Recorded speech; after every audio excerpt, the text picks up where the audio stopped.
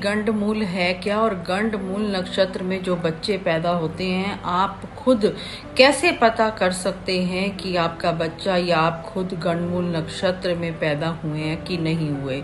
इसके लिए सबसे पहले तो आप कोई भी ऐप डाउनलोड कर लीजिए, जैसे एस्ट्रोसेज ऐप में अपनी कुंडली यानी date of birth, time of birth, place of birth डालिए और अब आपने कुंडली खोली। जैसी कुंडली आती है, लगन लिखा होता है ऊपर, उसके साथ पारंपरिक लिखा होगा। पारंपरिक को जब आप क्लिक करेंगे तो आप राइट साइड के लास्ट में देखेंगे अवकड़ा चक्र लिखा हुआ है। जैसे ही आप अवकड़ा चक्र को क्लिक करते हैं, आप देखेंगे आपका नक्षत्र और आपका नक्षत्र पद लिखा आ जाएगा, यानी 1 2 3 4 यानी नक्षत्र का नाम और आपका नक्षत्र कौन से पद में आता है, पहले पद में, दूसरे पद में, तीसरे या चौथे पद में आता है, वो आपका बता दिया जाता है। अब आपको पता कैसे चलेगा कि कौन सा नक्षत्र 27 नक्षत्रों में बताता है कि ये बच्चा गंडमूल है। आपने 27 नक्षत्र होते हैं तो हर लाइन में 9 नक्षत्र लिख लें। ऐसे 3 लाइनें बना लें, लाइन वाइज नक्षत्रों के नाम लिखें।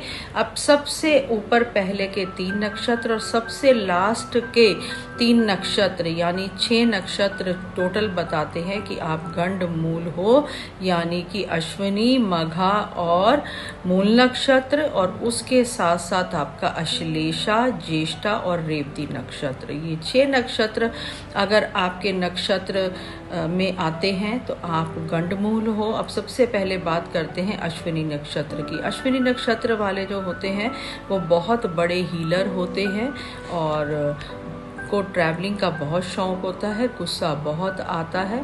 देखिए अश्विनी क्या है, वो सूर्य पुत्र हैं और वैसे भी वो भगवान के यानी परमात्मा के आयुर्वेद के बहुत बड़े देवता। तो ऐसे लोगों को आयुर्वेद का ज्ञान भी हो सकता है। चरण जो हैं, अगर आपका पहला, दूसरा और तीसरा पद लिखा हुआ है अश्विनी नक्षत्र के साथ तो वो आपके लिए जो है वो अच्छा है। वहीं अगर आपका चौथा पद लिखा हुआ है तो वो खुद के लिए बुरा है, गुस्से में आप अपना नुकसान कर सकते हैं। अब बात करते हैं हम मघा नक्षत्र वालों। ऐसे लोगों को आयुर्वेद का ज्ञान भी हो सकता है। अगर आपका नक्षत्र पद, आपका पहला, दूसरा और तीसरा पद लिखा हुआ है तो वो आपके लिए बहुत अच्छा है। वहीं अगर आपका चौथा पद लिखा हुआ है तो वो खुद के लिए बुरा है, गुस्से में आप अपना नुकसान कर सकते हैं। अब बात करते हैं हम मघा नक्षत्र वालों की। मघा नक्षत्र वाले रॉयल पर्सनालिटी वाले होते हैं और इनकी इंट्यूशन पावर बहुत अच्छी होती है, गोल्स ओरिएंटेड होते हैं।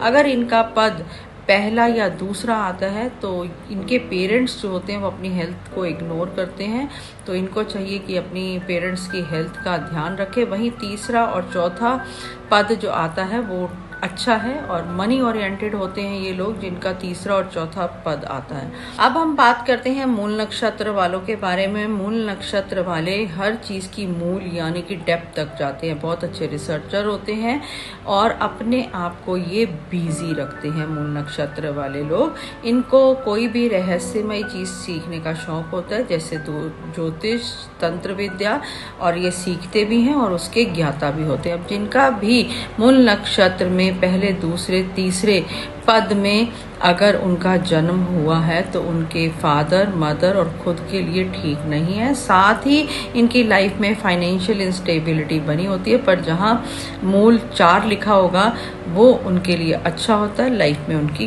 ग्रोथ होती है। अब हम बात करते हैं अश्लेषा। अश्लेषा नक्षत्र जो है वो नाग को रिप्रेजेंट करता है। अब ये चतुर होते हैं, इंटेलिजेंट माइंड होते हैं, बातों बातों में ही लोगों का दिमाग घुमा देते हैं।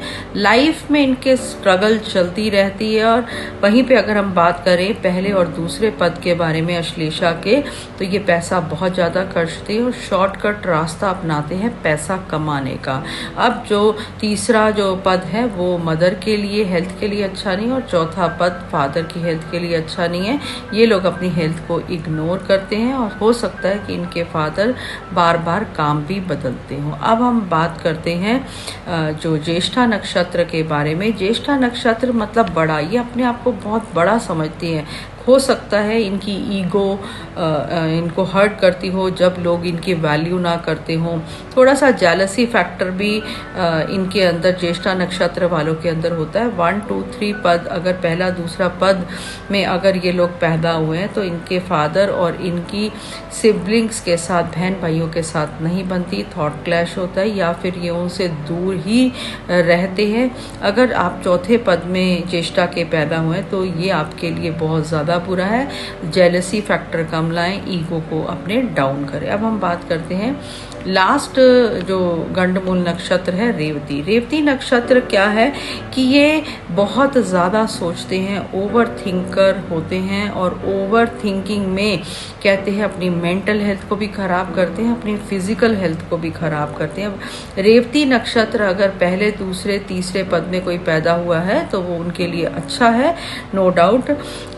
वो लोग, उनको रिस्पेक्ट मिलती है समय के साथ साथ और पैसा भी अच्छा आता है। अब हम बात करते हैं रेवती पद जिनका चौथा पद है, वो थोड़ा सा अपने ध्यान दें, अपनी हेल्थ का ध्यान दें, मेंटल और फिजिकल हेल्थ का ध्यान दें। ओवरऑल ये जो पूर्ण जानकारी आपको मैंने वीडियो में दी है, इससे आप समझ गए होंगे कि गंडमूल नक्षत्र का क्या प्रभाव होता है और वो कैसे देखा जाता है।